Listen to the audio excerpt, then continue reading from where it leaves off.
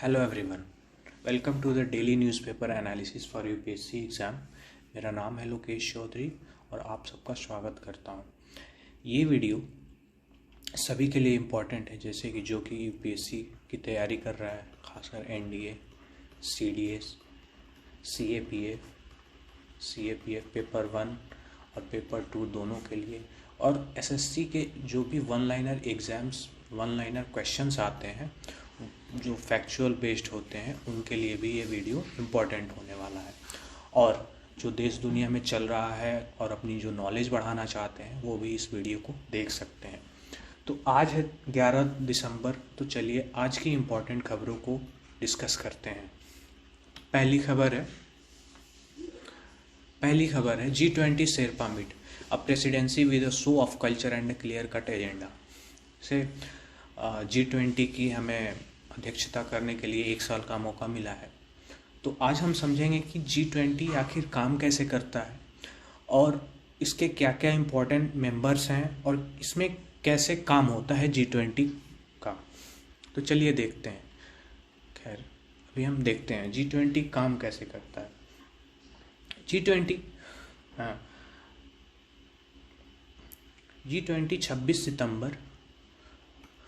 26 सितंबर 1999 को बना था, ठीक है, जिसमें करेंटली अभी 19 कंट्रीज़ हैं और EU है, यूरोपियन यूनियन है, ठीक है। तो अभी हम देख सकते हैं, इस स्लाइड में आप देख सकते हैं कि मेंबर्स ऑफ G20, ठीक है। तो अभी हम देखते हैं कि आखिर ये G20 काम कैसे करता है, और आज की ये कॉन्सेप्ट समझाने के बाद मैं फर्स्ट स्लाइड पे जाऊंगा, जिसमें आपको दिखाऊंगा कि आज की न्यूज़ में इसका रिलेशन इससे क्या है, ठीक है। तो G20 के दो पार्ट हैं। एक है फाइनेंस ट्रैक, फिर एक दूसरा है शेरपा ट्रैक, ठीक है। फाइनेंस ट्रैक क्या करता है? फाइनेंस ट्रैक के हेड जो होते हैं वो होते हैं फाइनेंस मिनिस्टर या फिर सेंट्रल बैंक के हेड होते हैं, ठीक है। शेरपा क्या होते हैं? शेरपा कोई लेजेटर होता है जो कि कंट्री के जो हेड होते हैं उनके भेजे हुए दूत होते हैं। हेड होते हैं कंट्री के, उनके भेजे हुए एक तरह से दूत होते हैं, दूत बोल समझे, ठीक है। तो काम क्या करता है? फाइनेंस, इसके 2 ट्रैक हैं, मतलब कि G20 के 2 पार्ट हैं, एक तो फाइनेंस ट्रैक है, एक शेरपा ट्रैक है। तो फाइनेंस ट्रैक का हेड करते हैं फाइनेंस मिनिस्टर, यानी कि जितनी भी कंट्रीज़ हैं, 19 कंट्रीज़ प्लस EU के जितने भी फाइनेंस मिनिस्टर होंगे वो हेड करेंगे फाइनेंस ट्रैक को। और अगर फाइनेंस मिनिस्टर नहीं है तो उस देश के सेंट्रल बैंक के हेड करेंगे, ठीक है। और दूसरा पार्ट है शेरपा ट्रैक। शेरपा यानी कि एक तरह से लीजेटर होते हैं, मतलब कि जो कंट्री के हेड होते हैं वो उनके भेजे हुए इसमें दूत होते हैं, यानी कि उनके इन्वॉय होते हैं, ठीक है। तो उनके भेजे हुए उनको रिप्रेजेंट करते हैं। तो अभी जो मीटिंग हुई है, इनका काम क्या होता है? लेटर मान लीजिए कि इनका काम तो हो गया फाइनेंस से रिलेटेड, कि किससे फंडिंग करनी है, क्यों फंडिंग करनी है, ठीक है, सारी चीज़ एनालाइज करके ये फाइनेंस से रिलेटेड हो गया। इनका काम ये होता है कि discussing agenda items for the summit,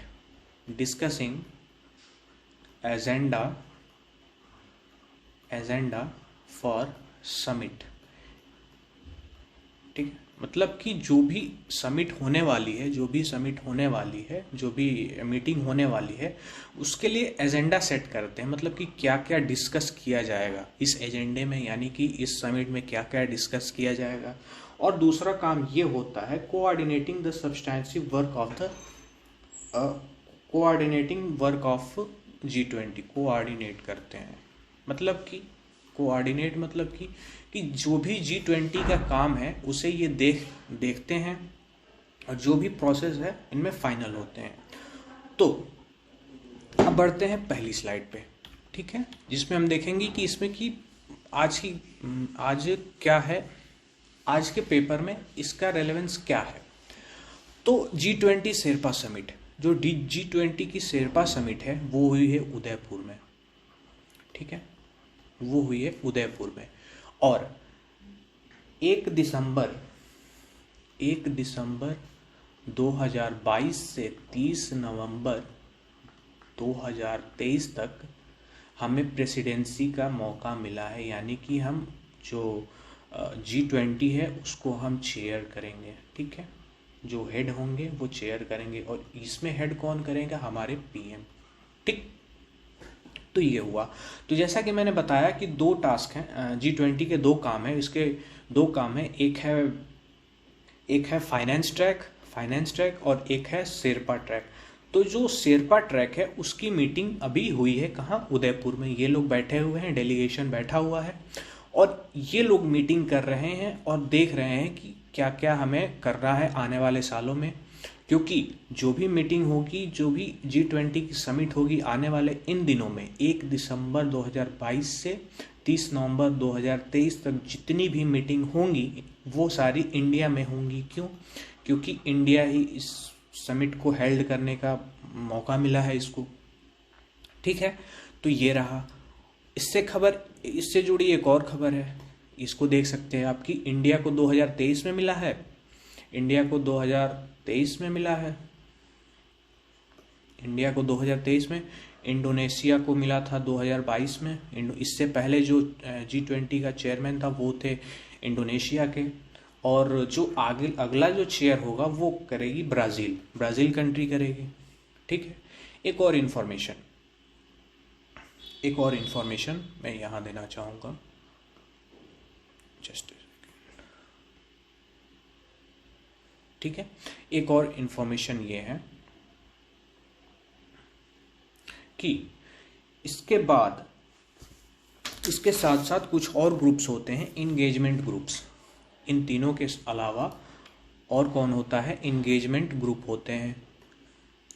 engagement, एक तो हो गया फाइनेंस ट्रैक,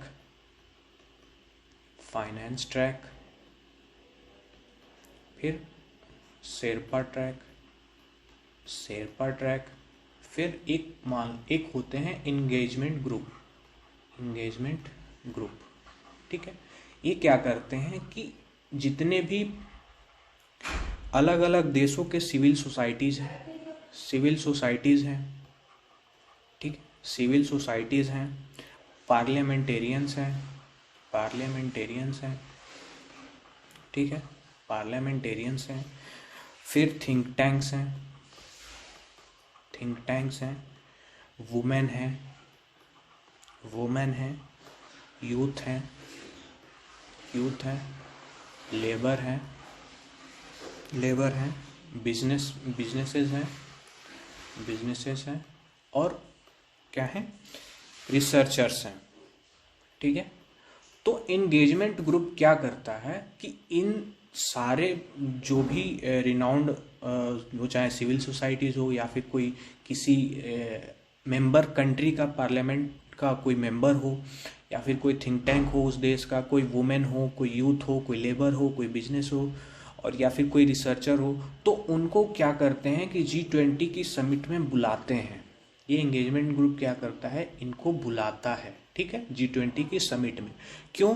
क्योंकि इससे ये होता है कि ये अपने जो भी प्रमोशन है या फिर जो भी प्रॉब्लम है, जो भी चीज़ है, वो जाके रख सकते हैं। जैसे कि एग्जाम्पल के तौर पे मैं देना चाहूँगा, इंग्लैंड की, यूके की एक लड़की है जिसकी नाम मैं कंफर्म नहीं हूँ, 20 साल की इन्वायरमेंट एक्टिविस्ट है, ठीक है, इन्वायरमेंट एक्टिविस्ट है, स्टैनफोर्ड यूनिवर्सिटी में पढ़ती है।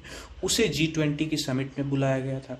जैसे अभी हमारे देश से यूट्यूबर हैं अभी एंड न्यू, जो इंफॉर्मेशनल वीडियोस देते हैं, उनको G20 समिट में बुलाया गया था, ठीक है। तो इंगेजमेंट ग्रुप का काम यही होता है, ठीक है। अब देखते हैं मेंबरिंग कंट्रीज। हाँ, तो इसकी जो मेंबरिंग कंट्रीज है, जो भी मेंबर कंट्री है, वो है अर्जेंटीना, जिसकी कैपिटल है Buenos iris, Australia Canberra, Brasilia, Canada Ottawa, China, Beijing, France, Paris, Germany, Berlin, India, new Delhi, Indonesia, Jakarta. पर अब ये कैपिटल चेंज होने वाली है, हो जाएगी नुसंतरा, क्योंकि जकार्ता जो है वो पानी में डूब जाएगा 2030 तक, ऐसा अनुमान लगाया है, जिसकी वजह से इंडोनेशिया अपनी कैपिटल को शिफ्ट कर रहा है नुसंतरा में और इसको डेवलप कर रहा है। डेवलप का प्रोसेस शुरू हो गया है। इटली की कैपिटल हो गई रोम, जापान की टोक्यो, मैक्सिको की मैक्सिको सिटी, साउथ कोरिया की सियोल, रसिया की मॉस्को, सऊदी अरेबिया की रियाद, साउथ अफ्रीका की प्रिटोरिया, टर्की की अंकारा, यूनाइटेड किंगडम की लंदन, यूनाइटेड स्टेट्स की वाशिंगटन डीसी, फिर यूरोपियन यूनियन के जो भी मेंबर होंगे उनकी कैपिटल अलग अलग। खासकर ये उन लोगों के लिए इम्पोर्टेंट है जो भी एग्ज़ाम्स देते हैं, ग्रुप सी और ग्रुप डी की जो भी एग्ज़ाम्स आते हैं उनमें कैपिटल पूछ लिए जाते हैं। ठीक है, तो ये रहा G20 का एनालिसिस और G20 कैसे काम करता है, उसके मेंबरिंग कंट्रीज और ये क्या होता है। ठीक है, इसके साथ साथ जुड़ी हुई एक और खबर है, roads to monument a New Delhi to greet G20 की डेलीगेट्स नेक्स्ट ईयर। जो भी मैंने बताया कि G20 की जो भी समिट होंगी, जो भी मीटिंग होंगी, वो इंडिया में ही होंगी। ठीक है, तो इंडिया की कैपिटल हो गई न्यू दिल्ली, तो सारे मिनिस्टर्स तो यहीं मिलते हैं, PM भी हमारे यहीं बैठते हैं, फाइनेंस मिनिस्टर भी यहीं बैठती हैं। ठीक है, फाइनेंस मिनिस्टर भी यही बोलती हैं। तो सारे चीज़ को रेनोवेट किया जाएगा, यानी कि दिल्ली को इस तरह से बनाया जाएगा आने वाले 1 सालों में, जिसमें कोई प्रॉब्लम ना हो। सारी सड़कों को रेनोवेट किया जाएगा, जो भी मॉन्यूमेंट्स हैं उनको साफ़ सफाई किया जाएगा और साफ़ सफाई पे ज़्यादा ध्यान रखा जाएगा। स्ट्रीट लाइटनिंग की जाएगी। पॉल्यूशन को कर्ब करने के लिए इसमें दिए जाएंगे, प्लांटेशन किया जाएगा, सारी सड़कों पे प्लांटेशन किया जाएगा और दिल्ली से लेकर मथुरा तक के रास्तों को, दिल्ली से लेकर मथुरा जाने वाले हाईवे को एक तरह से डेकोरेट किया जाएगा, यानी अच्छे से सजाया जाएगा। जैसे कि सिंपल सी बात कहते हैं कि शादियों का जो घर होता है उसे बहुत अच्छे से सजाया जाता है। खासकर अगर ये शादी का घर है तो आसपास के सारी चीज़ों को साफ़ सफाई की जाती है, जैसे पार्किंग की सुविधा हो जाए या फिर कोई अलग गेस्ट आया उसके लिए इम्पोर्टेंट। तो बेशक वैसा ही चल रहा है, दिल्ली को एकदम अच्छे से बनाया जा रहा है, दिल्ली को रेनोवेट किया जा रहा है। इसमें सेंट्रल गवर्नमेंट ठीक है, प्लस स्टेट गवर्नमेंट जो भी दिल्ली की सरकार है, MCD, फिर PWD, Delhi development authority, municipal corporation, सब के सब क्या करने वाले हैं, इसमें मदद करने वाले हैं। और जो भी लेफ्टिनेंट गवर्नर जो हैं दिल्ली के, उन्होंने भी एक मीटिंग की है दिल्ली को साफ़ सुथरा करने के रिगार्डिंग, क्योंकि G20 की जो समिट होने वाली है उसमें 19 देशों के प्लस यूरोपियन यूनियन के जो भी डेलीगेट्स आएंगे, यानी कि फाइनेंस मिनिस्टर तो आएंगे ही आएंगे। अगर शेरपा की मीटिंग आज हुई है, कल हुई है, 5 तारीख को हुई थी उदयपुर में, उसमें आए थे, तो जो भी मीटिंग होने वाली है उसमें तो आएंगे ही। तो उस लिहाज से देखा गया है। ठीक है, ये रहा। अब मेंबर्स हो गए, ये गेस्ट कंट्रीज हैं, यानी कि ये इनको मेंबर नहीं बनाया गया है, लेकिन ये गेस्ट कंट्रीज हैं। जैसे बांग्लादेश क्या है, बांग्लादेश की कैपिटल ढाका है, इजिप्ट की कायरो है, नीदरलैंड UAE की अबू धाबी है, सिंगापुर की सिंगापुर सिटी है।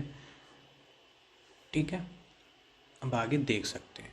ठीक है, तो ये रहा G20 कैसे काम करता है, कैसे होता है, ये मैंने बता दिया। ठीक है, अब देखते हैं, जैसे अभी पार्लियामेंट का सेशन चल रहा है, विंटर सेशन चल रहा है, तो अभी बहुत सारे बिल लाए जा रहे हैं। कोई प्राइवेट बिल है, कोई पब्लिक बिल है, कोई गवर्नमेंट ला रही है, कोई इंस्टीट्यूशन ला रहा है, यानी कि बिल लाए जा रहे हैं ताकि बना दिया जाए।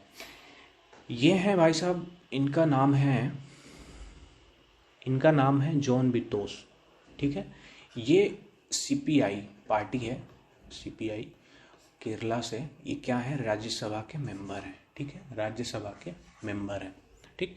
इन्होंने एक बिल लाया, bill to send up the panel of appointment. इन्होंने एक बिल लाया, जैसे कल मैंने बताया था आपको कि नेशनल जुडिशियल बिल लाया गया, यानी कि जो भी जजेज हैं सुप्रीम कोर्ट के, हाई कोर्ट के जजेज हैं, अपॉइंटमेंट से लेकर ट्रांसफ़र से लेके उसको देखने के लिए बिल लाया गया।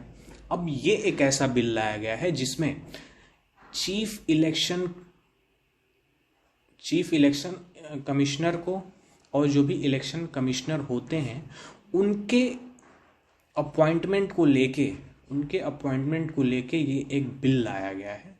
अपॉइंटमेंट को लेके ये बिल लाया गया है ताकि ये एक ऐसा कमीशन बनाया जाए जो चीफ इलेक्शन कमिश्नर को और जो भी 2 इलेक्शन कमिश्नर होते हैं उनको अपॉइंट करने के लिए ये कमीशन बनाया जाए, और इनको अपॉइंट करने के लिए और इनको रेगुलेट करने के लिए ये काम करेगी, ठीक है। तो इस वजह से ये बिल लाया जाएगा। देखते हैं क्या होता है, राज्यसभा में आया है, पास हो जाएगा तो ठीक है, नहीं होगा तो कोई बात नहीं, देखते हैं, ठीक है। चलते हैं अगली खबर की तरफ। अगली खबर है काफ़ी इंपॉर्टेंट है, इन्वायरमेंट से रिलेटेड। खासकर आजकल तो इन्वायरमेंट पॉल्यूशन भी बहुत ज़्यादा बढ़ गया है, तो इन्वायरमेंट चेंज क्लाइमेट चेंज एक बहुत ही सीरियस कंसर्न है आज के पूरे देश के लिए। तो अभी क्या हुआ कि नेशनल NHRC की मीटिंग थी, NHRC की एनुअल मीटिंग थी, फाउंडेशन डे था, तो इसमें हमारी प्रेसिडेंट द्रौपदी मुर्मू जी गई थी। तो उन्होंने ये कहा कि time to expand concept of justice to include environment. जैसे कि कोई इंसान मरता है, या फिर वो सुसाइड हो, या फिर किसी ने मार दिया, किसी चीज़ से मार दिया, ठीक है, तो उसके लिए जस्टिस है, मतलब उसके लिए न्याय मिलता है, ठीक है, जस्टिस मिलता है, ठीक है, वो चाहे सजा में मिले या फिर कंपनसेशन, व्हाटएवर जस्टिस इज, तो जुडिशरी देता है। तो ये कह रही हैं कि जो जस्टिस का स्कोप है वो सिर्फ इंसानों तक ही सीमित नहीं रखा जाए, ठीक है, इसे हमें बढ़ा के इन्वायरमेंट को भी इंक्लूड कर देना चाहिए। मतलब कि जो इन्वायरमेंट है, even this is a living being, ठीक है, वो भी एक जीव है, उसे भी हमें एक ऐसे सहेज के रखना होगा कि जैसे वो जीव है, जैसे हम किसी पेट को या फिर अपने फैमिली मेम्बर्स को या फिर इंसान को सहेज के रखते हैं, वैसे ही हमें इन्वायरमेंट को भी सहेज के रखना होगा, ठीक है, जिसकी वजह से जो जस्टिस है उसका स्कोप सिर्फ इंसानों तक ही नहीं, इन्वायरमेंट तक बढ़ाया जाए। ये इन्होंने क्यों कहा? क्योंकि जो बायोडाइवर्सिटीज़ हैं हमारी, बायोडाइवर्सिटीज़ हैं, रिवर्स हैं, ठीक है, जो भी रिवर्स हैं ये थ्रेटेंड है, मतलब कि काफ़ी अच्छा नहीं है हमारे देश में। तो इन्होंने ये कहा कि इनको बचाने के लिए हमें कुछ एक्स्ट्रा स्टेप लेने चाहिए और इन्वायरमेंट को भी जस्टिस के अंदर लाना चाहिए। जैसे पिछले सालों में ये हुआ ये कि जो उत्तराखंड की हाई कोर्ट है उसने रिवर गंगा रिवर को ह्यूमन बीइंग कंसीडर किया, ठीक है। तो गंगा रिवर में अगर कुछ भी होता है, अगर यानी पॉल्यूट किया जाता है, तो उसे as a human being treat किया जाएगा, यानी कि गंगा रिवर एक ह्यूमन बीइंग है, ठीक है। It is not a river only, it is not a non living thing, it is a living things and it is considered as human being. ये कहा है उत्तराखंड की हाई कोर्ट ने, ठीक है। गंगा रिवर और साथ साथ यमुना रिवर को भी इसने कहा है, ठीक है। तो जो इन्वायरमेंट का कॉन्सेप्ट है, जो इन्वायरमेंट का जो जस्टिस है उसे इन्वायरमेंट तक ही नहीं, उसे पीपल तक ही नहीं, उसे इन्वायरमेंट तक भी करना चाहिए और सभी को इंसाफ देने की ज़रूरत है, ठीक है। चलिए बढ़ते हैं अगली खबर की तरफ। हाँ, तो ऐसा लग रहा है कि हमारे सारे पड़ोसी देश परेशान हैं। जैसे पाकिस्तान में भी सरकार गिर रही है, पाकिस्तान में सरकार गिर गई इमरान खान की, श्रीलंका की हालत अलग ही ख़राब है, चाइना बेचारा वो ऑटोक्रेटिक हुआ जा रहा है, और ये है बांग्लादेश, ठीक है, हसीना मैडम। बांग्लादेश। बांग्लादेश में क्या हो रहा है कि बांग्लादेश में अपोजिशन काफ़ी भड़क गया है इस वजह से कि शेख हसीना जो प्राइम मिनिस्टर है वहाँ की प्राइम मिनिस्टर है, उनके खिलाफ प्रोटेस्ट हुए हैं। बहुत मैसिव रैली निकली है, अपोजिशन ने निकाली है और बहुत से प्रोटेस्ट किए जा रहे हैं। इसकी कैपिटल है ढाका में, ठीक है। तो ये चल रहा है। बाकी आगे देखते हैं शेख हसीना की पुलिस या शेख हसीना की जो सरकार है इस प्रोटेस्ट को क्या कहती है और इस प्रोटेस्ट को दबाने में सफल होती है या नहीं, ये तो आगे देखने की बात है, ठीक है। चलते हैं अगली खबर पे। हाँ, IMF hold talks about debt situation in of Sri Lanka Zambia. तो मैंने अभी कल ही शायद या परसों बताया था कि जो श्रीलंका है उसने IMF से लोन लिया हुआ है, ठीक है। IMF के पास गया है लोन के लिए, ठीक। क्योंकि श्रीलंका क्या हो चुका है, बैंकरप्ट हो चुका है, ठीक है। उसकी सारी इकोनॉमी कोलैप्स हो चुकी है, ठीक है। जो भी फंक्शनरीज हैं वो काम नहीं कर पा रही हैं। तो इस वजह से IMF में गए हैं ये लोग कि भैया पैसा दे दो, शायद पैसा मिल गया है। तो जो भी डेट सिचुएशन है इनकी, ये भी कर्ज में है। और एक और कंट्री है जाम्बिया, जो कि एक अफ्रीका की कंट्री है, जिम्बाब्वे के पड़ोसी हैं जाम्बिया। तो ये भी एक बैंकरप्ट हो चुकी है और इन दोनों की सिचुएशन लगभग सेम है। ये दोनों IMF के पास गए हैं। तो IMF ने मीटिंग रखी है। IMF ने जो मीटिंग रखी है वो वर्ल्ड बैंक की तरफ से, वर्ल्ड बैंक को साथ में लिया था, ठीक है। और चाइना डेवलपमेंट बैंक भी था साथ में, ठीक है। एग्जिम बैंक भी था, ठीक। तो इन सब के साथ में एक मीटिंग रखी है, क्योंकि जो भी ये क्राइसिस चल रही है, जो श्रीलंका है और जो जाम्बिया है, इन दोनों की जो डेट सिचुएशन है यानी कि कर्ज में डूबे हुए हैं, इनकी समस्या का निर्धारण किया जा सके। IMF के जो चीफ हैं इस टाइम पे, उनका नाम है क्रिस्टलिना जॉर्जिया। IMF की जो चीफ हैं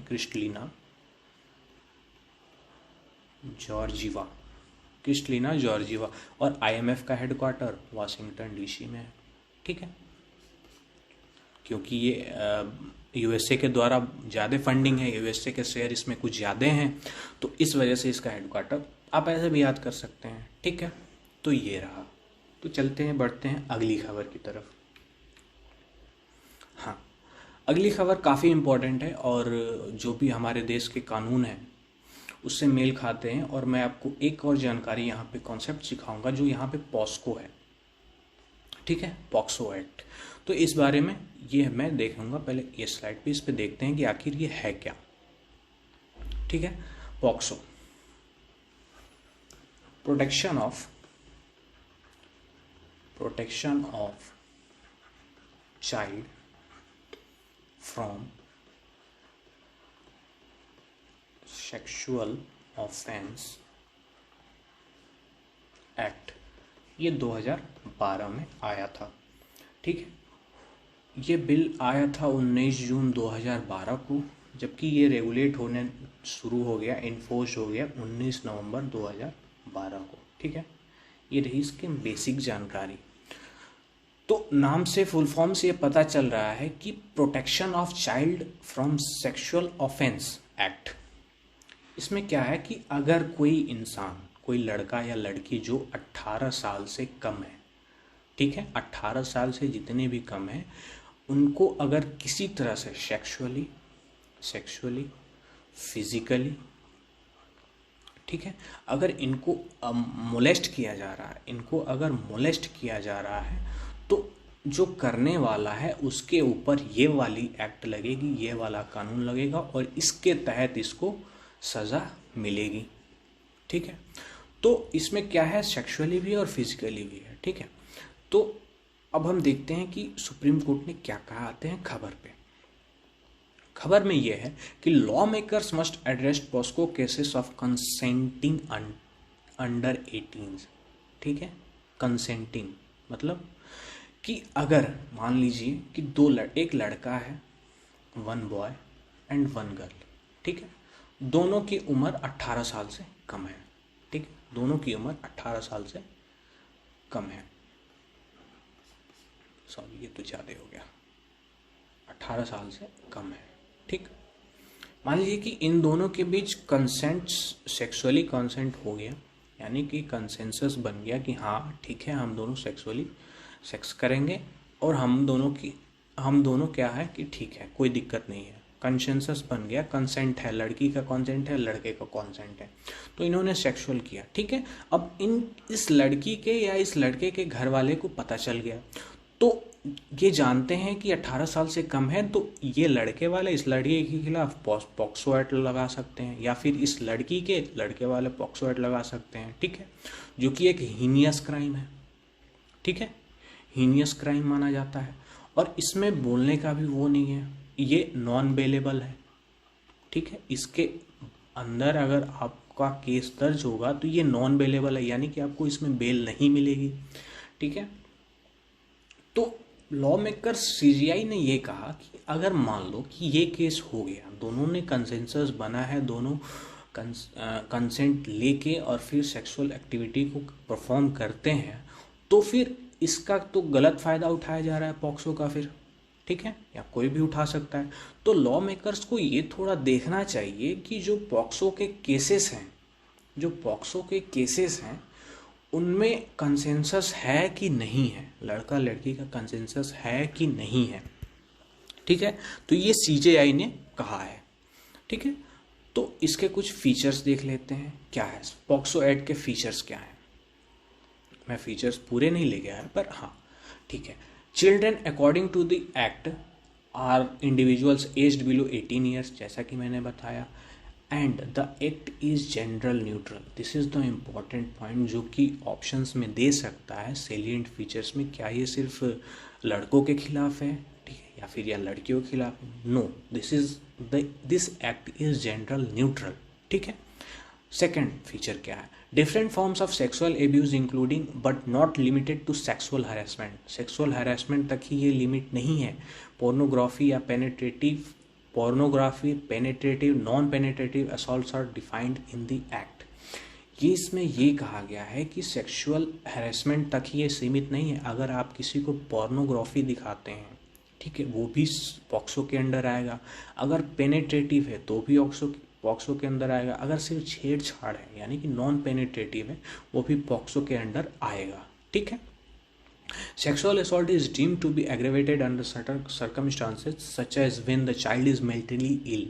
जैसे क्या होता है कि अगर कोई बच्चा बीमार है या फिर कोई लड़की छोटी है बीमार है, अगर वो किसी डॉक्टर के यहाँ, टीचर के यहाँ, पुलिसमैन के यहाँ या किसी फैमिली मेम्बर के द्वारा सेक्सुअली असॉल्ट की जाती है, उसका भी इसमें प्रोविज़न है कि अगर वो मेंटली इल है तो भी आपको सज़ा मिलेगी। ठीक है, next feature, adequate provisions are made to avoid re-victimization of the child at the hands of the judicial system। The act assigns कुछ, हाँ, जैसे कि मान लीजिए कि केस हो गया, एक ये लड़का है, मान लीजिए कि ये बॉय है, ठीक है, इसके ऊपर केस चल रहा है सेक्सुअल का, ठीक है, पॉक्सो एक्ट के तहत इसके ऊपर केस चल रहा है, ठीक है, और ये 21 से ऊपर है, मतलब कि 18 से ऊपर है, ये एडल्ट है, ठीक है।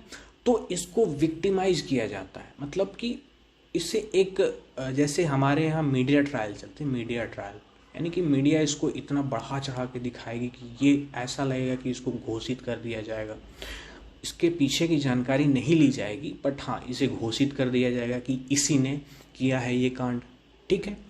तो इसको अवॉइड करने के लिए, रीविक्टिमाइजेशन ऑफ चाइल्ड, इसको अवॉइड करने के लिए, या फिर ये हो या फिर कोई विक्टिम हो, कोई लड़की अगर विक्टिम है, उसे प्रोवाइड किया जाता है एक पुलिस वाला जो कि उसकी प्रोटेक्टर के रूप में हेल्प करता है पूरे इन्वेस्टिगेशन प्रोसेस के दौरान, ठीक है। The act stipulates that such steps must be taken which makes the investigation process as child friendly as possible and the case is dispose within 1 year from the date of reporting of the offence, ठीक है। POCSO act के अंदर एक ये provision है कि जो भी ट्रायल होगा चाइल्ड फ्रेंडली होगा, यानी कि ऐसे बड़े बड़े मूवी में दिखाया जाता है कि माय लॉर्ड आप इधर आइए, फिर इधर बैठिए, फिर ये, मतलब कि एक तरह से भयावह पर इसमें ऐसा नहीं करना है, इसमें चाइल्ड फ्रेंडली हो, यानी कि लड़के के हिसाब से, यानी फिर वो लड़का हो या लड़की हो उससे ऑकवर्ड ना लगे, वो खुल के बातें बोल सके, और जो केस है वो 1 साल में बंद हो जाए, 1 साल में बंद हो जाए जब रिपोर्ट किया गया है इस ऑफेंस का।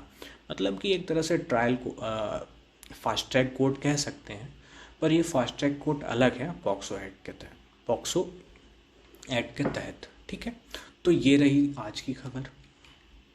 Thank you for watching, please do like, subscribe and comment. और हाँ, आपकी वीडियो, अगर मेरी वीडियो इन्फॉर्मेटिव लगी है तो कृपया लाइक करें, सब्सक्राइब करें, कमेंट करके बताएं कि क्या ज़रूरत है क्या नहीं ज़रूरत है। Thanks for watching, bye bye, take care.